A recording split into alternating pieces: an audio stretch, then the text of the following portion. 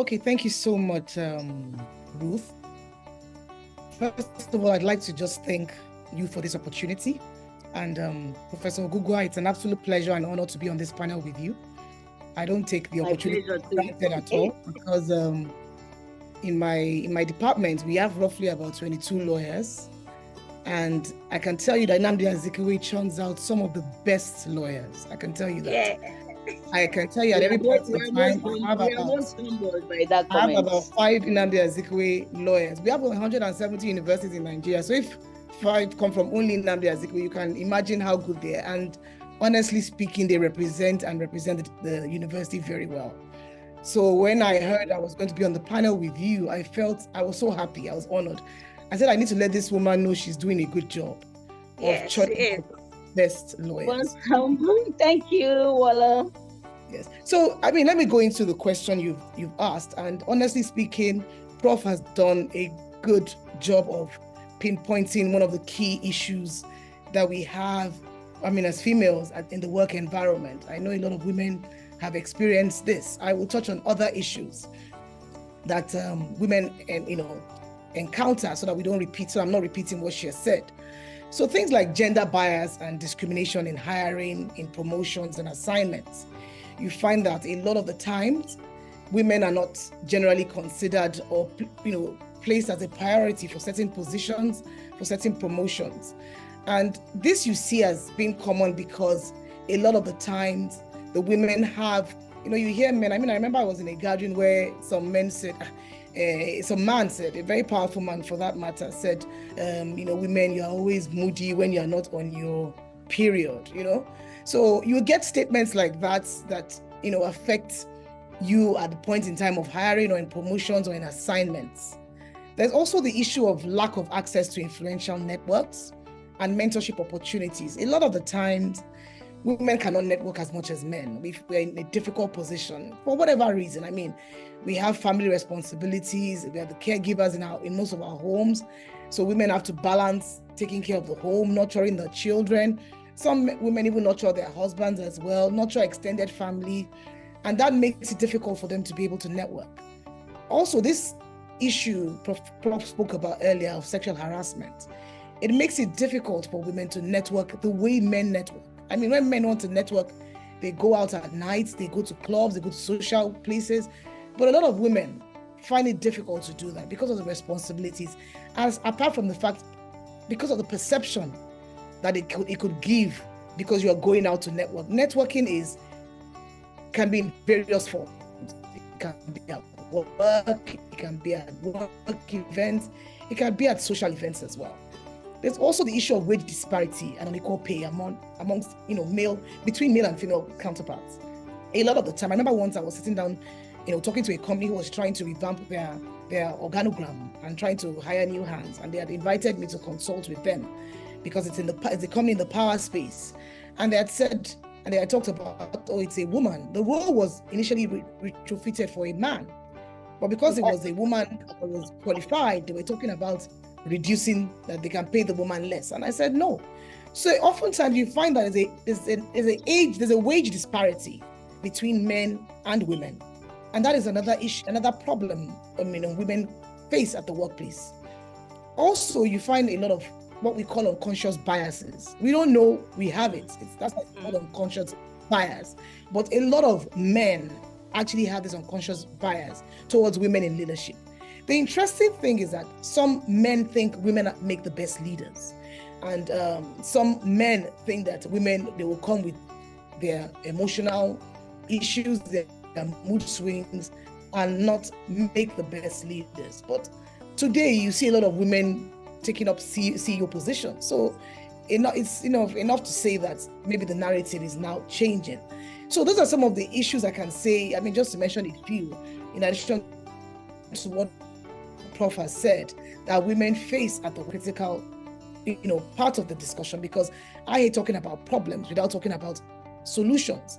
And I think some of the best way to address these issues is to, first of all, establish very clear policies and practices that will promote gender equality and diversity.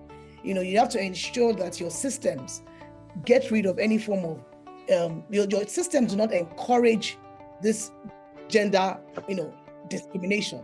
So, for instance, in the hiring forms, you don't indicate your sex.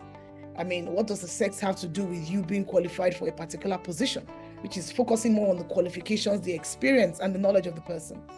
Also, workplaces can provide a lot of mentorship and sponsorship programs to support women's career development.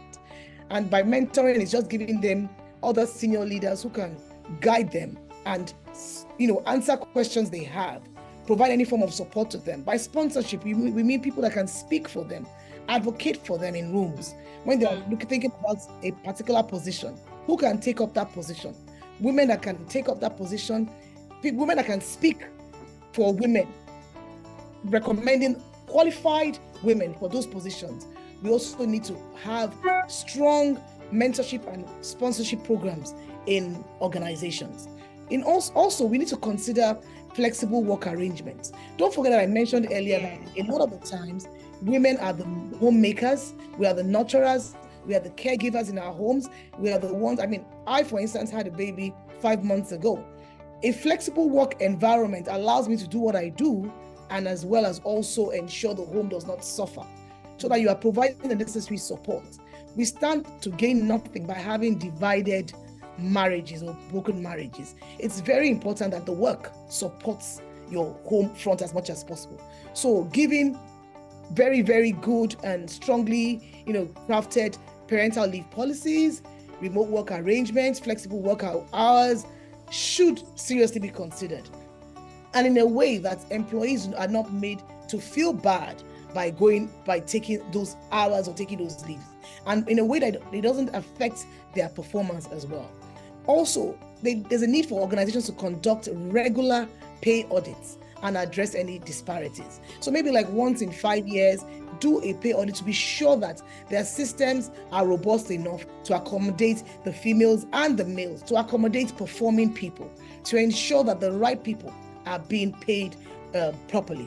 Then providing leadership and training. There must be good training to take care and deal with this unconscious bias that a lot of people have out there. Interestingly, women also have this unconscious bias. They just don't know they have it. A lot of women also have it. So also creating a culture of inclusivity and respect, where all employees feel valued and they are supported in their career and advancement efforts.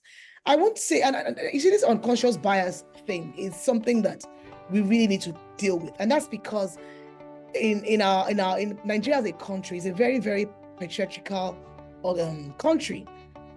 Women are not generally given that much of a voice. And so depending on how we are brought up, we generally are brought up with this unconscious bias. I won't say that joining at my earlier years, I understood it this way. I have learned, I've read, and I've exposed myself a little bit more. So that training, that information is extremely critical to help people know and do better in their operations. Let me just end that first question there. The other points I would want to raise, I'll raise it as we go ahead. Thank you. Okay. Thank you so much, Barrister. Well, actually, you answered the second question I had, as in some of the successful strategies. Yes, successful strategies or initiatives to address some of these problems of gender bias in the workplace. So, Prof, I would want you to address this, my third question. But before that, I would want to specially also welcome and recognize the co-chair of the HJIUF Foundation, my boss, Dr. Cynthia Umezulike. She's here, all the way from the UK. Ma, you're welcome. It's good to have you here with us. Thank you for joining. All right. Okay, so the third question, Prof, how can mentorship and sponsorship programs contribute to the professional development and advancement of women in the workplace? How? This is something that you're involved in a lot. There's no gainsaying. There's no gainsaying that mentorship is key to upliftment of women and development of men in whatever sphere of life. And what do we mean by mentorship? It's a mode of trying to be exemplary to some who are looking up to you. It's a mode to encouraging younger people who are coming up, maybe career-wise, maybe professional-wise, maybe, even at home, even in the homes. You look up to your parents. Girls look up to their mother. Boys usually look up to their fathers and uncles, for mentorship.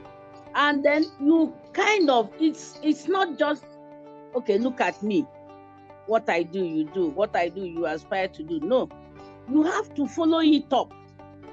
You have to put certain questions. You have to, kind of have a setting. How do they come in? How do I get those I can mentor? Assuming like I'm in a faculty now, I have younger ones being employed and being posted into the faculty. As a good mentor that I hope I am, Yes, I should be able to, I hope I should be able to welcome them into the faculty. I should be able to ask them certain questions. Where are you coming from? Which school did you attend? What are your aspirations? What area of law do you want to kind of, emphasize or specialize in? If it's not an area that I'm conversant with, I'll probably refer the person to who will assist. By that, I'm encouraging the person that I am reachable. That's the first point. That you can approach me anytime. And the person will be able to open up to you. And you will see where the person is deficient. And you will see the dreams or visions of the person for him or herself, particularly herself. We are talking about women today. Okay? Then you'll be able to guide the person. You probably learn some books. You probably tell the person, okay, you want to teach. Why don't you prepare your lectures in PowerPoint? Why don't you do this? Why don't you do this? Please don't use handouts. It's not acceptable in the faculty. You're already telling the person the rules that are applicable in the faculty because you want this person to excel, because you want to be a proud mentor who will say in future, my mentee has done well, isn't it? So Yes. these are some, and then you build the person's confidence. Confidence is paramount in what we are saying today about women. Most women lack it. They lack the courage to speak up. Yes. They lack the courage to say, I don't like this. Please don't do it again. They lack the courage to say, I want this. I want to be in human rights. I want to be in commercial and intellectual property law. I want, because the man will tell you straight away. This is what I want. I want to be the editor-in-chief. Why can't the girl say it? Are you getting the point? So by mentoring them, you are now encouraging them. You are even telling them what is there for them. And by the grace of God, they will pick it. So mentorship is a very strategic something. And if you note, recently, even the bar, NBA, has instituted a mentor. Even the body of ventures, they've instituted a committee on mentorship because it's obvious that we really need to mentor people if we desire certain status of the profession. So it's a key thing, and we are into it in many spheres at the branch level and all that. But the point that I must shout here is, girls, females, women, make yourself available. Seize the opportunity. Stop being shy. Nobody will swallow you. Even when they swallow you, they will bring you out because you won't go down. Yes. You will get down, So it's very important. And whenever you come out for something and the men are shouting you down, please be strong on that point because it means you're making some points. True. It means you're making some points. So mentorship is very key, and we hope to even take it down or up to any level. And I must also say that at times what discourages girls in relation to aspiring to occupy position. It's when it is obvious that there is gap. I think Wala mentioned something like gap in payments, gap in salaries, gap in being recognized for training. And you know, mentorship and training, they kind of go hand in hand. Okay? Yes. Training is very key. You cannot be mentoring anybody and there's opportunity for training or opportunity for learning and you will not recommend that person. That's how I want to bring in training and mentorship in this particular question that you asked. You cannot be mentoring somebody and you see an opportunity for the person to scale upwards and you will, yes, and you will not recommend, you know? Women do it a lot. I don't know whether it's out of fear or out of, I don't want to use the word that crossed my mind now. I won't mention it. But most times the boys, the men will say, my boy, you know, my boy is good for this. My boy, you know, my boy can do this even when they know he cannot do it. Why can't women even say it at times? My girl, I recommend you for I recommend charity. You know, recommend the person. When the person goes there, the person can never come back the same person. That's the truth about it. That's part of mentorship for me. Okay? Recommendation of your own people, of the people you want to be improved upon, of the people you want to rise and probably rise above you. You know, when somebody you mentored is above you, pleasing God, you are happier. You ought to be happier. You ought to look back and say, oh, that was my mentee.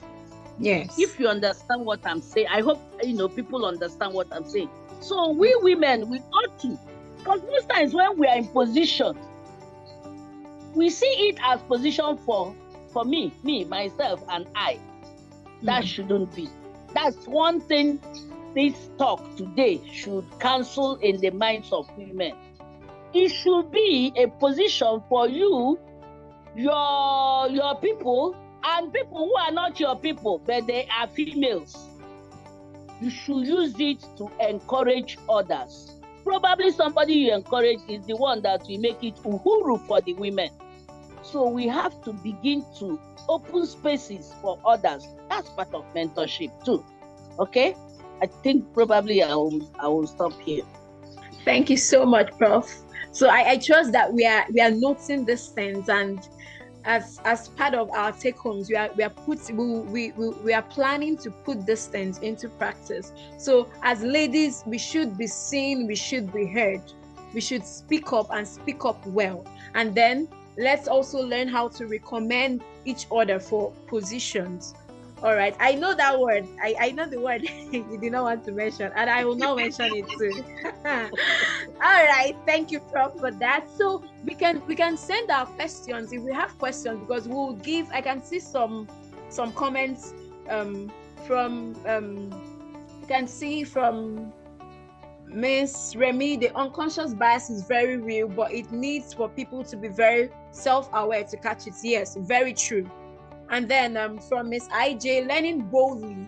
Yes, staying courageous, allowing myself to be mentored. These are her take home. So we can send in our questions. We are targeting to be done with this webinar. It's going to be very short but very impactful. We are targeting to be done with it at most 12:10. Okay, so you can send in your questions now. So Barrister Wola, I would want to ask, so how can organizations, you know, you mentioned some strategies to curb this gender bias and include women in organizations. So how can organizations measure the success of their diversity and inclusion initiatives in terms of supporting the career advancement of women, and what metrics should they consider?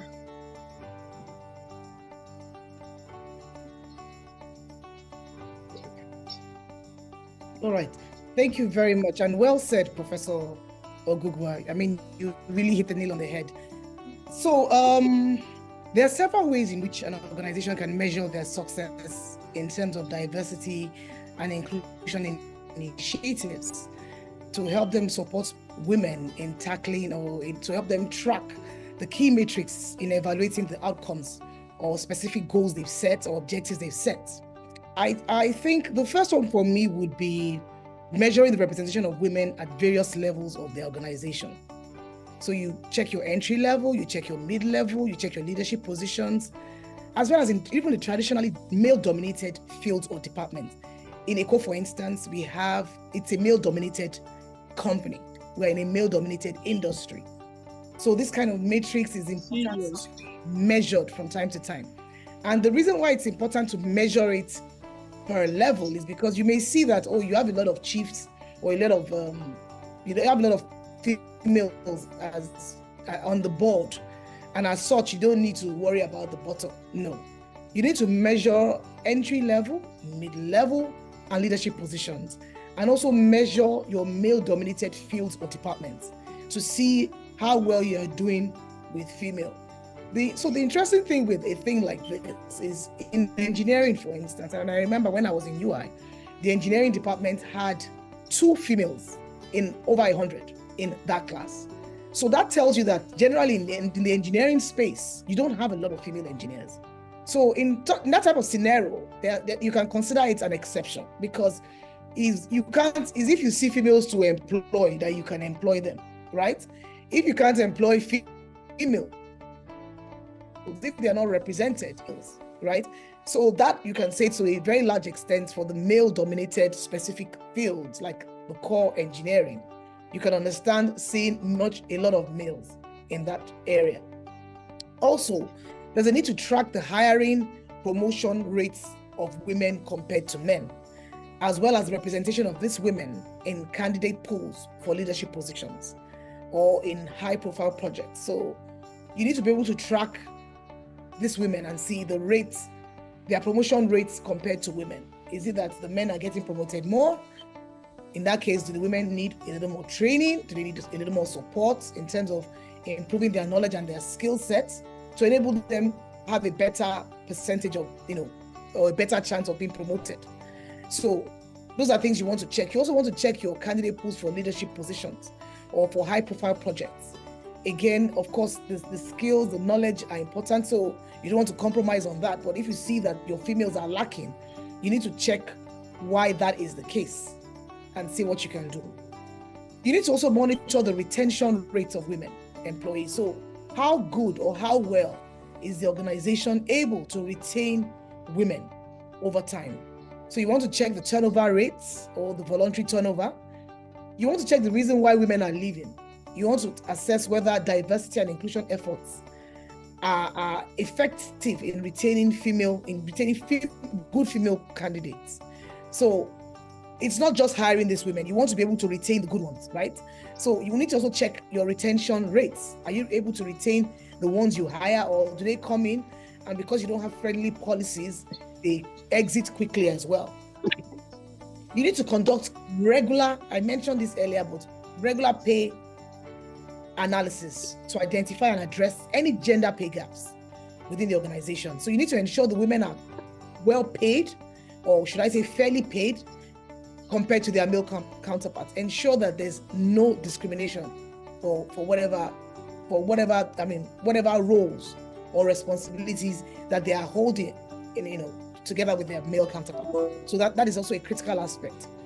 There's also need to do a lot of employee engagement and satisfaction surveys to just see if there's anything the company can do better. Maybe have focus groups, have a feedback mechanism to assess their experiences at work, their perceptions, their sense of inclusion at the workplace. This needs to be done. It's like a way of the company also appraising what they've set up, appraising how good or testing how good their systems are for ensuring there's a good gender balance. They need to also track the participation of women in career development. Are women participating in career development programs? Are they participating in leadership training initiatives? Are they participating in leadership and mentorship programs, in sponsorship programs? Are they even interested? Are there opportunities for their professional growth and advancements? This needs to be checked. We need to also check whether at the leadership level, the women are represented. If the women are not well represented, you'll find that, you have no one to make a case for the women. Not in all cases, because there's some men that actually are very passionate about supporting, women. I remember I commended someone that joined earlier, one of my HODs, Ifine, who is also here, because he also has a way of wanting to support the women and speaking for them, at meetings when we're having our department leadership meetings. So you need to check your workplace culture and the climate. Does it have a good culture? Does it have a good climate? Is there respect? Is there inclusivity? Is there fairness among the female employees? So this can also be checked through the surveys and the assessments I spoke about earlier. You need to also ensure that there's diversity of suppliers and vendors engaged by the organization, not just men. So we're not talking about just the employees, but we're talking about the contractors that do business with the company. Do you have suppliers and vendors that are women-owned businesses? Are there minority-owned enterprises? Just as a part of the broader diversity and inclusion efforts, you want to ensure that the women are well, represented in getting business ideas or contracts. So you are checking that also women-owned businesses are supported. So that's even going beyond the employment sphere. Then definitely one of the key ones is just through community engagement and impact. So there's a way of just evaluating the organization's impact on the broader community, which includes support for women's empowerment initiatives. You can partner with women-focused organizations and contributions to gender equality and advocacy efforts. So by tracking, this matrix, I've mentioned quite a few, but by tracking, any company can pick 2, 3, 4, 5, 6, 8, 10. The more, the better, of course. But we know these things are difficult to achieve all at once. But by tracking these metrics and regularly evaluating your processes or evaluating the organization, the company can assess the effectiveness of their diversity and inclusion initiatives in supporting the career advancement of women. And they're also able to identify areas that need improvement or refinement over time. And they should also be open to feedback. Feedback is so key. Yes, employees should be able to give you feedback and just help the company gain a deeper understanding of their issues and where they are doing well and areas they need to improve. Yes. So let me just stop there. Thank you very much, Ruth. Oh, thank you so much. Thank you so much, Barrister Wala. I trust that I have members of the bench. I have a member of the bench here. I have key industry professionals here. I trust that we are taking note of all this and with the goal of implementing this in your workplace. It is really, really important. And I like the fact that we are engaging in the comment section. I like the fact that we're engaging. Thank you so much for that. I can see an engagement. Okay. From His Worship Maria, she said, Professor Ogugwa mentored me and also recommended me to become a magistrate. She sent me to uncountable trainings. A great mentor she is. Now, this is good. She insisted I finish LLM. We are back, I suppose. Because the thing shut us off. Oh, okay. Welcome back. She insisted I finish LLM and pushed me to acquire my PhD form. Not just me alone. Her mentees are uncountable. Okay, this is very encouraging.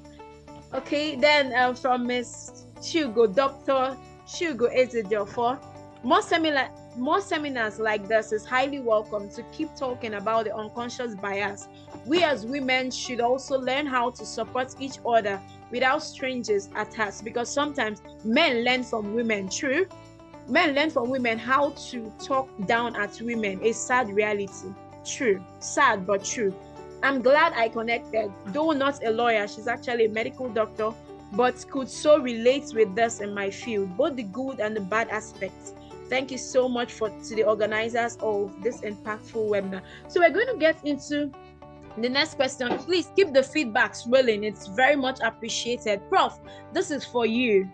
I would want to ask you, okay, what are some effective strategies for balancing work and personal life responsibilities, especially for women who face additional caregiving or household duties. As a mother, you are, and also a grandmother, what advice would you give to women in this situation? Very well. You asked the right person. Now, balancing workplace and home. Well, I usually tell young females not to overplace your home against your work, especially with caring for children. I know a mother is supposed to care for her children, but don't overcare. Handle the matter of children when it is very critical, when it is very necessary. Handle the matter of husband when it is very necessary. And that one usually happens later in the day, and maybe at night. Abi? So it shouldn't appear in your workplace. Give the work the maximum attention that it needs, because that is the only way you can excel. If oftentimes at your workplace, you're talking about your children, you're talking about your home, you're talking about your house help, you're talking about this, nobody will take you seriously. True. I hope I'm making sense. Yes, ma'am. You have, when you come to work, if the men come to work and they're not smiling, please come to work without any smiles. If that will show you're serious, yes. If that will show, and ask what you have to do. And if you're already told what you have to do, tackle it with expediency. That is how you can balance your workplace and you can even go ahead. I remember when I started PPLH, I will come and ask, what can I do? What you ask for, what you will do. Don't wait until you're given. Or they didn't give you. Who are you waiting to give you? When you have not indicated, maybe the men will come in, they'll say, what is there for us today to do? I remember this thing yesterday, we didn't finish the report. When you come in, please ask for what to do if you have not been told already. And of course, if you've been told, don't pretend you forgot. Go on and do it. Okay? And then if it's something that you have to report back, please, for God's sake, report back. Very important. And if possible, put your report in writing so that, assuming when you're talking, you forget some. Put it in writing so that it will always be a reference. Ruth, I don't know if you're getting the point I'm making here. Yes, Prof. So, I am. Balance it. And it now comes to, how do you manage your time? How do you manage? Because balancing means management of time. How do you, if you have to do this for 2 hours, don't bother to do it for 4 hours, because you're already denying another section some hours, some vital hours. Management of time is critical here. Strategy, you have to strategize. If it means, luckily these days things have improved, you have freezers, you have this, you can cook during the weekends when you're not going to work. At times I cook, honestly, I cook till 3 a.m. just to ensure that I have everything I need. You know, the family needs, the guests. You don't know whether you have a guest or not, but you have to prepare in case you have a guest. You prepare all these things you keep so that even when you are not there for 1 week, you are not bothered that there won't be food in the home, because you've already planned for the food in the home. Are you getting the point I make? So the house help or your children will only have to boil their rice, boil yam, boil this, which is not a very difficult thing to do. Okay? And again, balancing your home also stems from the way you balance your relationship with your house help. Your words, your assistants, call them what you like. But in my house, we don't use the word house help. We call you your name. You're part of the family. If you balance that aspect very well, you won't have much problems. I would say you won't have any problem, because the devil is always lurking somewhere. But you won't have problem because the person will take your children as her siblings or his siblings. Yes. And you will be rest assured that there won't be any funny jokes with your children or with your husband. You understand? If I ask my child, what is your problem? Or what do you need? Why wouldn't I ask somebody who is staying with me, what is your problem? What do you need?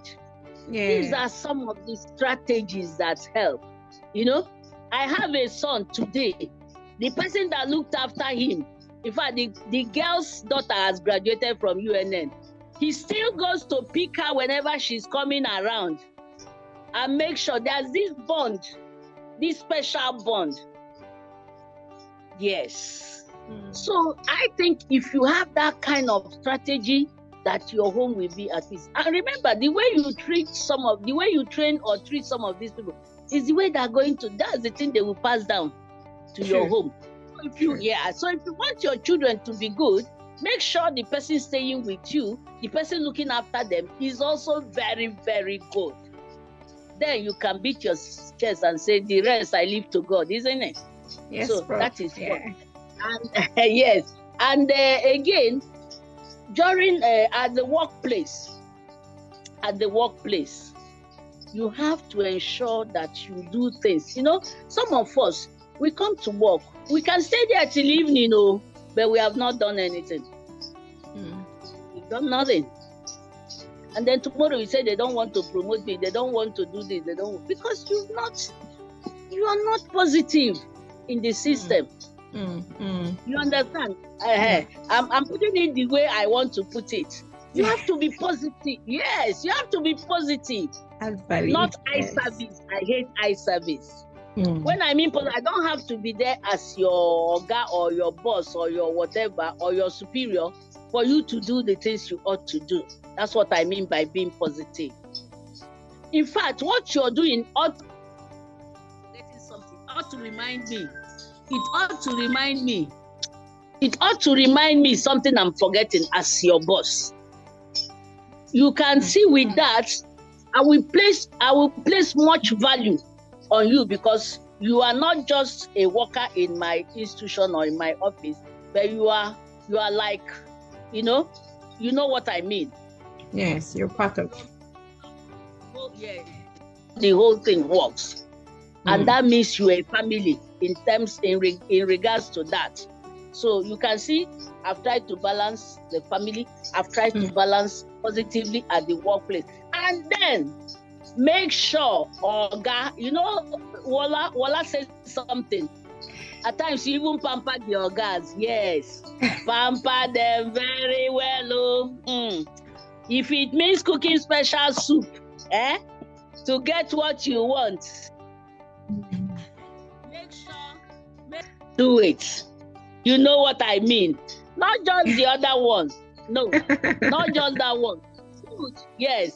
Food, as in the food we eat, the men value it a lot. Respect, as in respect, the men value it a lot. She said it. There's a way Lola said it. You know? Yes. As a mother and as a grandmother, I will always encourage girls. Make sure you have this thing. Even when it's difficult, people differ. Make sure you learn it and practice it. With that, there won't be stress from that corner. And once there's no stress from the organ of the house, I tell you, the sky is your stepping stone. So that's that for me. Okay? And then when you're giving money by your organ, you spend it. If it's money for the home, make sure you spend it. Honestly. Make sure you spend the money for the home. If it's money for his mother, make sure you give that money to the mother. It's money for your own mother. Make sure you understand. You know, at times we women try to be smart without knowing that we are failing. That's not smartness. You know, once a man, you can treat your husband, that they can trust you. That your husband can trust you absolutely. I mean, you will surely make it. Let me stop here for now. Oh, thank you, Prof. These are very, very practical steps. In summary, give to Caesar what is Caesar, and then give to God what is God. That's the summary of things. Yes.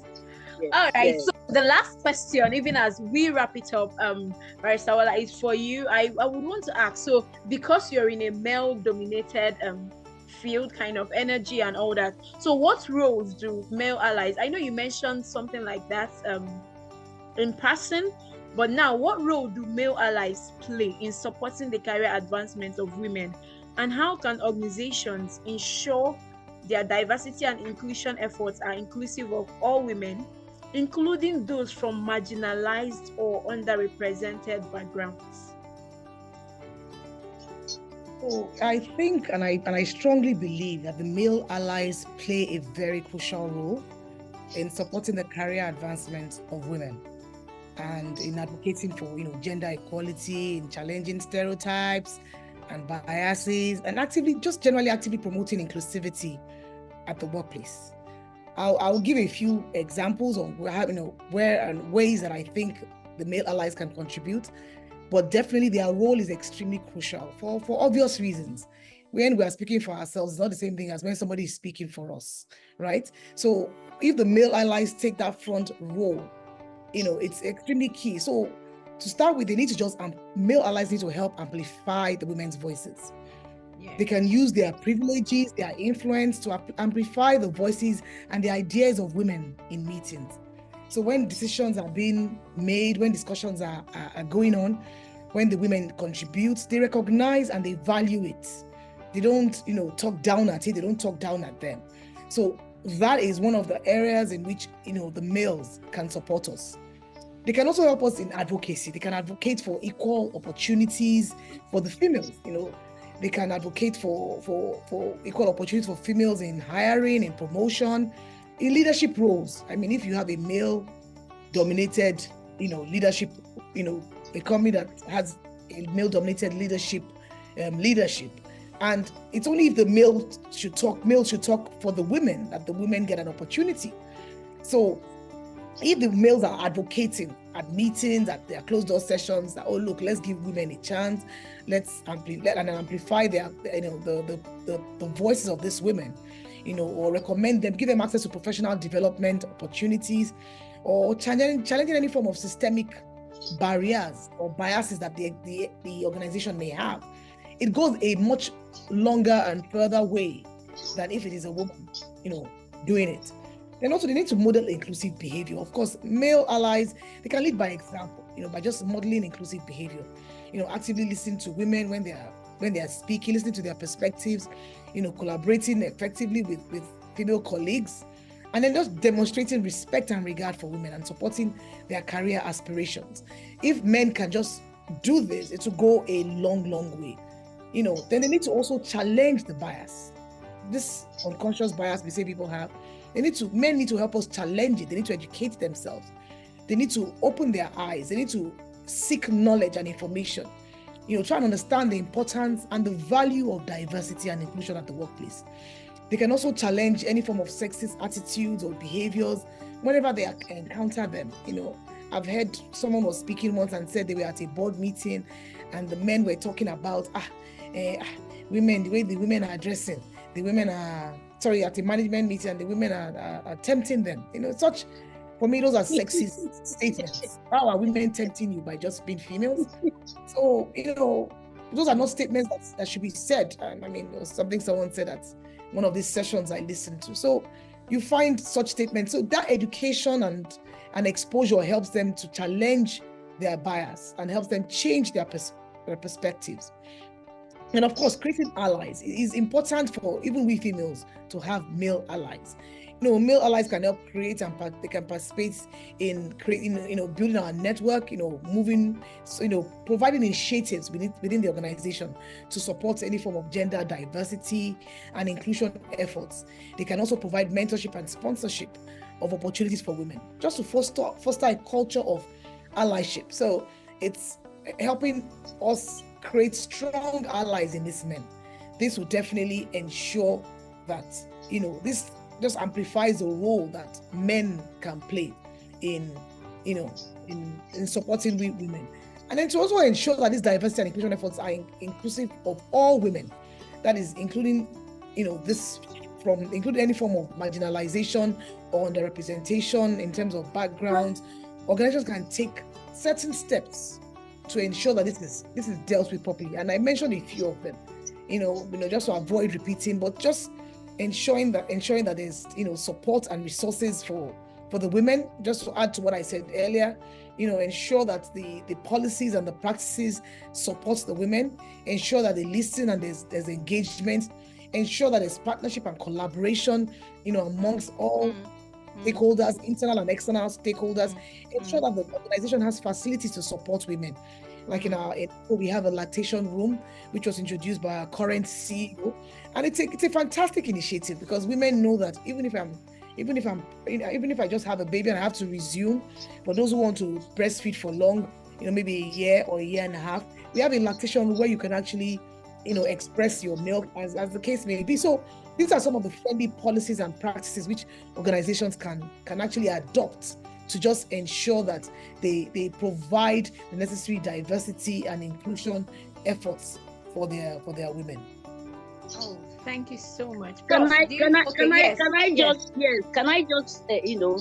look at it from another angle? Voila, that's excellent. But the organizations can take it from the angle of affirmative action, whereby they have to keep a certain percentage. She mentioned that too. Yes, a certain percentage for the women. The men got where they are now because the people that came, and particularly people that colonized us, gave them space, a lot of space. So we are asking for just maybe a little space for the women, so that you don't put them in that competition zone with the men. Whatever level they are, some call it quota, some call it, you understand. Keep that space keep those spaces for the women. Let them occupy it, and they will learn as they go on. That's one. Then again, in terms of the male allies, it's not just speaking for us because you probably know us much closer. Speaking for the women at any point in time, whether you know the particular woman or not, is very important. If our males can get their mindset towards this, it's not because you're my brother or because you're my boyfriend or because you're this, but because you feel that the women should be given this space, the women should be this encouraged, the women should be this assisted. You are speaking for us. That's the kind of male allies I would like to be seen in Nigeria.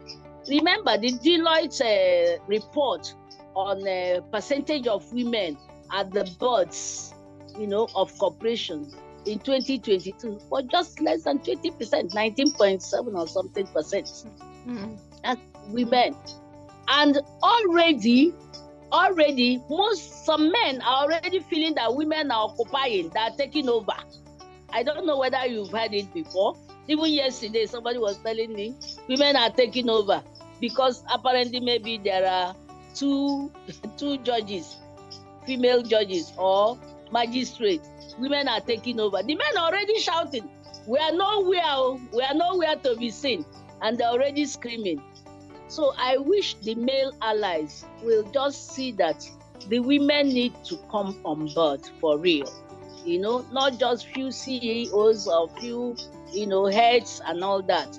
And then they will become very agitated. Remember, to empower one woman is like empowering a community or a nation. Yes. To empower 10 men is like empowering 10 people. That's the truth. Even when you say, some of them argue that women are the ones that eat whatever they have. I agree, but how much do men spend on drinks? Drinks alone. Drink. Yes, now let's look at it practically. Drinks alone. How much do these women, assuming a man has 1 million, you'll be surprised that up to 400,000 will go to drinks alone. And maybe 200 for him, 200 for the woman. So she has just taken 1/5, 20%. And it's assumed that the women are the ones consuming the man's money. No, we know that a woman's money goes to her husband, to her children, to her relations, way back grandmother, grandfather. That's the truth. And when women are developed, where you see women develop, you see the kind of civilization or the kind of quality life that that country or nation has. That's what we are aspiring to, not just empowerment for name's sake, not just empowerment for we are putting on clothes, not just empowerment. We want that empowerment that we go to the rubrics, the foundation of our existence. That's what we want. So I think with this little listen, I believe that we will, if we practicalize it, but again, there's something the men say often, that we nag, we gossip. We nag, we gossip. How do we conquer this one? We need to conquer it. We need, because at times people will tell you some of the secrets because they believe you can keep it, isn't it? Yeah. So we have, yes, women, we have to talk to ourselves, including myself. We have to talk to ourselves to build that trust, to build that capacity of keeping certain things that we are not meant to divulge to ourselves. Rather, let the action be seen. Then again, I will add that bottom line of most things that women are suffering, whether discrimination, whether marginalization, whether non-inclusiveness, whether stem from culture. Stem from culture. So, Ruth, we have to look at how we can begin to address some of these cultural norms, some of these cultural impediments, because that's what is playing out in the bigger society, corporations, office place, and all schools. We have to look at it. So if we're able to, if we can find an advocacy scheme that will address some of these cultural biases or impediments, we will be able to arrive at it. In my place, Umweri, we created a system. We have a constitution that encourages at least 5 number of women in the cabinet, in the king's cabinet. It's a constitutional provision. Some of these things will cure some of those biases. Remember before then, it was, you should not, women should not be near any palatial or cabinet something. But we have done it and it's working. So I think some of these customs, we have to begin to address it away, not just celebrate it. For me, it's not even uhuru for us to begin to celebrate. There's so much work yet to be done by women and their allies, male allies, to empower and then to destroy some of the hindrances on women. So I think I can stop now. Thank you so much, Prof. For the men here, I can see Ifeanyi, Michael. Who else is here? That is male. I can see Kehinde Moses. I can see Wisdom Timothy. I hope we are not seeing. I can see Emmanuel Ochuba. So for the men here, please, I hope you're noting this to implement in your organizations. And even for the women, you can as well educate the men on how to teach you. So I know that we have been richly inspired by these 2 very inspiring women. Both of them inspire me so much. Prof and Barrister Ola, thank you so much. I am also excited about the comment section. This is one very interactive webinar. We are really commenting, and it's very encouraging. Thank you so much.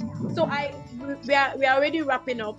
I just want to take one feedback from, yes, it really has been just one feedback from one person here, and then we'll call it a day. Okay. All right. I can see the comments. Thank you. You're welcome. Thank you. I trust Prof and Barrister Wala, you're seeing their feedback on your contributions. Thank you so much. This was practical. This was insightful. This is a webinar that you have practical points to take home. Okay, Emmanuel Ochuba, to what extent do we have to go to aid women get into positions, taking merits into consideration? Okay, so I believe I touched on this earlier. Yes, you did. I mentioned it's very important for us women that we are not pitied into positions. And, Prof said a lot about that when she was talking about the fact that we should try and have what I would call Chinese work. When you're at work, be at work. And then when you're at home, you can be at home. Nothing needs to suffer for the other. Don't get to work and start talking about home. So the idea behind from what I heard her say is we need to improve ourselves and make sure we're the best at what we do. Let's not garner pity unnecessarily. So in terms of merit, you must deserve it as per merit. It's not a matter of you going to plead or beg or you thinking because women deserve it. You should also be qualified for that role. So I think it's very important that it starts with you being qualified for that position. Men educating themselves to the extent of knowing that, look, a woman is a person just like a man is a person. And so two people are vying for a position and the woman is qualified as the man, she deserves the same consideration. If she's more qualified, she must get the position. So that would be my response to Emmanuel, that to a very large extent, yes, you have to go to support the women as long as they are qualified for that position. And yes. I personally am a strong advocate for women. I mean, look at Prof. When they read her CV, I was blown away. I read up about her. She was a nurse, and she was qualified in every ramification as a nurse, a well-qualified senior nurse. She left that and went to read law. She didn't only read law; she's the dean of the faculty of one of the best law, in Nigeria. She has excelled and she has done it. But when I read up about her, I saw that she was unanimously voted as the dean. There were men on that panel, a lot of men. I read it. I saw it. Proper my line. Yes. And they unanimously, nobody objected, put her to that position. Because why? She's qualified for that position. Yes, and what that tells me is you must be the best at what you do. I do not take education for granted. I've read law all my life. I decided to go and do an MBA. And it's simply because I realized that I want to be the best. When the women are being called, when the men are being called, I want to top the list. I want my CV to be at the top. So women, we first of all need to help ourselves by ensuring we are the best. We don't want a pity party. That's the first thing. We need to be the best. And then the men should then create once we have done our parts. That's what I think. Professor Ogugwa was given that opportunity unanimously. When I read that, it was all the papers carried it. That it was everybody said she was unopposed. I think that was the word that was used. She was unopposed, meaning that nobody bothered to even try and compete with her because they knew she was the best, and she's doing a fantastic job. I can attest to it. She didn't train me. I didn't go to Nnamdi Azikiwe, but I've worked with a lot of people from that university, and I can tell you I always say it. They invited me to speak at their event. I couldn't go because I was pregnant at that time, and I was so pained, and I was going to travel all the way there to do it. That's the loss. I said this is the best lawyers. I'm not even joking that with every sense of it. They've churned out the best lawyers I have met in my career. So it's you have to just be the best at what you do. Don't take no prisoners. Give it your best shot. Thank you so much. Thank you so much, Barrister Wala. So His Worship Maria, we are aiming to close at 12:30 at most, because I must thank Barrister Wala. She has a board meeting that was start at 12, and she's still here. Thank you so much for indulging us. Thank you. His worship asked a question, Prof. How do we encourage women to know their natural responsibilities and keep to them? And how do we explain to women that feminism is not a fight against women? It's against women that she wrote there. Okay. Prof, did you see that? Yes, we can. Yeah, the first one on the role of women, natural role of women. I think I have spoken a bit on that when I tried to analyze your role at workplace and your role in the home. And the natural role, and I've talked about respect before, though I was talking about that in respect to marriage. But women, the natural role of women, there's so much. Starting from giving birth, it's a natural role that God, that one is divine, came from God. So we don't even have a choice whether we want to or we don't want to. Those are natural. And then the nurturing of children. I am one of those who believe that women nurture children, but you cannot do that without the man. So it's both natural to the males and the females, nurturing of children. And I say with emphasis, nurturing of children, because society will be what you want it to be based on the kind of nurture you give to the generation, the young generation, the children. From childhood, what you get is what you're gonna give back to the society. So nurturing of children is very critical to any society. And I tell you, it's natural to mothers as women to nurture. It should also be natural to the males. And I say this in particular because males look up to their fathers. So if father, my wife, it's your duty to nurture our children. What of the male child that is looking up to you? So, yes, it's natural for mothers to nurture their children. It's again natural for our males to nurture their children. With that, you can get the best out of those children. I finish with the natural duty of women. And of course, for me, in particular, I'm not saying it should be for everybody. You see that kitchen, that thing called kitchen, that space called kitchen, for me, is the original natural space for the wife. Not that you are a cook, but you should guard it so jealously, that is like your $1 million any day, anytime. Because if you take that one as your natural duty, I tell you, everybody in the house will be bowing. The guests will always look forward to coming to your house because something must happen. So for me, it's not that you have to cook every minute. No, but take it that you are the person in charge of that place and you make the delicious, sumptuous meals. Is your power, is your key to getting money.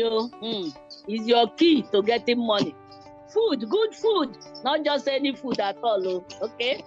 Having said that, then your other natural duty is planning the home. Planning the home, whether immediate or extended. Very important. Where you have a good woman doing this, the homes, the families are always like a dynasty. I leave that. Then again, our natural, what was the second arm of that question? Ruth, what was the second? Not seeing feminism as a fight against women. Some people feel that they are more feminine than others. So if you say anything not in consonant with their own concept or conspiracy, they now see it as if you're an outsider. It shouldn't be. Women are more divided within themselves than even what the men are doing to women. I don't know whether you get this analogy. Women are more divided. And the men will always tell you, is it not you women fighting yourselves? So those who call themselves feminists, I'm a feminist of some sort, but I'm more of women rights advocate. I'm not sure whether I have graduated to feminism. I'm not very sure, you know. But feminists take it so extreme that at times they even propagate what will cause a loss to women. I don't belong to that class. I would prefer that we work it together, hands-on together. You understand? Call everybody, yes. I said it in a way. When you are in a position, don't take it as if it's your own position for yourself, me, myself, and I. No, it should be for us. Until we get there, everything you're doing should be for us. If you're conscious about that always, you will see that you won't make so much mistakes. Okay? Right. In fact, there are spaces where women, they feel that they will fight women to the extent that they would rather take a male for what a woman fits best. They would rather put a male there, and then within a short while they will be in trouble. That is when they will realize. Think back, you will understand what I mean. That is when they will realize, oh, I'm a female, they're doing this to me because I'm a woman. No, because at the outset, you never made women your base. You never call them. What do you think about this? How do I go about this? How do I do this? Once a man is appointed to a position, that's the first thing he does. He doesn't even call his sisters. He calls his brothers, call his male friends and all that. We must begin to do some of those things, because actually, I tell you honestly, there's a different way of doing things by women. And the way the women do their things, they're very positive. So you need more heads of women to sit together and advise you on how to go about, especially appointing posts. We are pleading for appointing posts. But most times when our women are appointed, they fall back on the males. Male is a PA, male is a this. I'm not saying you should not have a male around you. No, that's not what I'm saying at all. But you should realize that this is an opportunity given to you so that you can empower, you can train, you can encourage, you can position, albeit in a smaller position, other women, so that the women's space will be seen to be expansive in reality. Thank you so much, Prof. I just want to give an opportunity to my boss, one of the co-chairs of the foundation, Dr. Chisom, to just say something even as we wrap up. All right, you're welcome, Dr. Chisom. Hello, can everyone hear me? Yes. Yeah, we're hearing you. Okay. I wasn't planning on saying much today. Actually, I wasn't even planning on coming on board. After I've listened to Prof and Barrister Wola, I was like, okay, I have to say something. And I'm just here to say thank you so much for both your time, your commitment to the foundation. I know Barrister Wola is one of our foundation's donor, and I know that we had our national moot and negotiation at Nnamdi Azikiwe University, and the dean was so amazing to the foundation. The foundation is a labor of love from my brother Victor, the family, and myself. And it was because my father was such a feminist, in the sense that, not discounting what Prof said, but in the sense that he wanted his female children to do so much and become so much.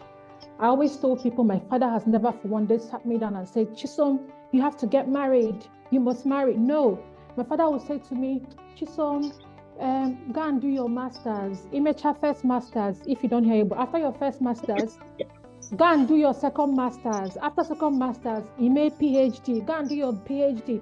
After PhD, he got run the United Nations, motto. So he was very focused on ensuring that we got the best. And I remember when I was in secondary school and I didn't even know anything about the law. He had this expansive library in the house, which now forms part of our library and legal research center. And if I wanted anything from him, I would write from your learned colleague, Dr. Dr. Cynthia Umezulike. I'll write LLB, BL, LLM, PhD. I was in secondary school.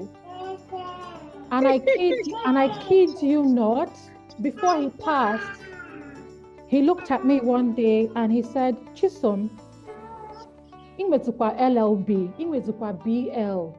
In English, it means you have LLB, you have BL. Not only do I have an LLM, I have 2 LLMs and I have a PhD.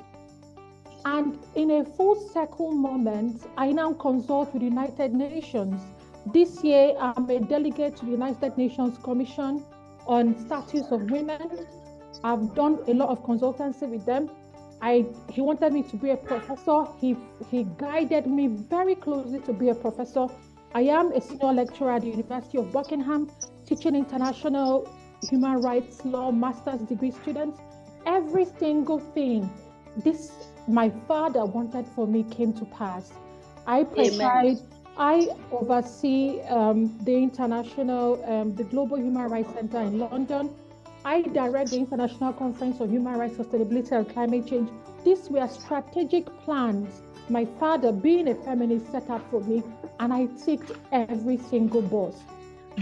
And I'll say to women, and I didn't come from a deprived background, thank God for that. My father supported me through all my education, but my father always said something, and he always says, sorry, can you mute the noise? There's a noise coming back. Okay, yeah. My father always said something, and he always says it in Igbo. He always says, Igana bambo. Sorry, okay, I can hear the noise again. Okay, he always says, Igana bambo. Then me on my own, I will play my part as your learned colleague and friend. And he sends me those letters handwritten. So it means do your own part as a woman, and then on their own, they can support you. So I think my takeaway message to women today is we must always strive to be the best. Do not be put in the box society wants us to be. Even as I do my academia, my human rights, my activism, I still go for Fashion Week. I still like my hair, my makeup. I still want to be properly put together. So be an all-rounder, be that star that you're destined to be, and then the world is your starting point and not where the world is your apex and not your starting point. So at this junction, I want to say a big thank you to Barrister Wola, because it's a labor of love, because we have to honor this man that gave us so much without us asking for anything in return. I appreciate anyone that supports us. As a family, we don't personally know Barrister Wola, but she always comes through and supports the family. Prof, my father taught at University of Nnamdi Azikiwe University. He was a lecturer, so he was one of years before he passed on. And I'm so grateful for everyone that spoke today, to Professor, to Barrister Wola. And on that note, I say we are here to champion feminism, but feminism should also have a cultural limitation. Remember where you came from. Before you have a cultural background first, and then you're feminist next. Feminism has a cultural limitation. Champion feminism, champion equality, champion socio-economic and political empowerment of women, regardless of their socioeconomic background. And that's my message for you all today. Thank you so much for having me. And also thank you to Barrister Ruth. Very, very diligent, very hardworking. We appreciate you as well. Happy International Women's Day. Thank you, Dr. Chisom. Please can we have a virtual round of applause for our co-chair, Dr. Chisom, for our inspiring panelists, Prof and Barrister Wola. Please, a virtual round of applause. This has been so insightful, so full of lessons. Thank you, thank you, thank you. We appreciate you all once again. Happy International Women's Day. Thank you so much for being part of this. Thank you, Barrister Wola, for your time. I know I stretched beyond what I promised you. Thank you, and all the best in the board meeting, even as you Thank you so much. sort out Thank the you. issue that happened yesterday. Bye. Thank you so Thank much. you. Thank you so much, Prof. I appreciate you. God bless you more. All right, have a beautiful weekend, and I used to. have a beautiful match. Bye. Bye.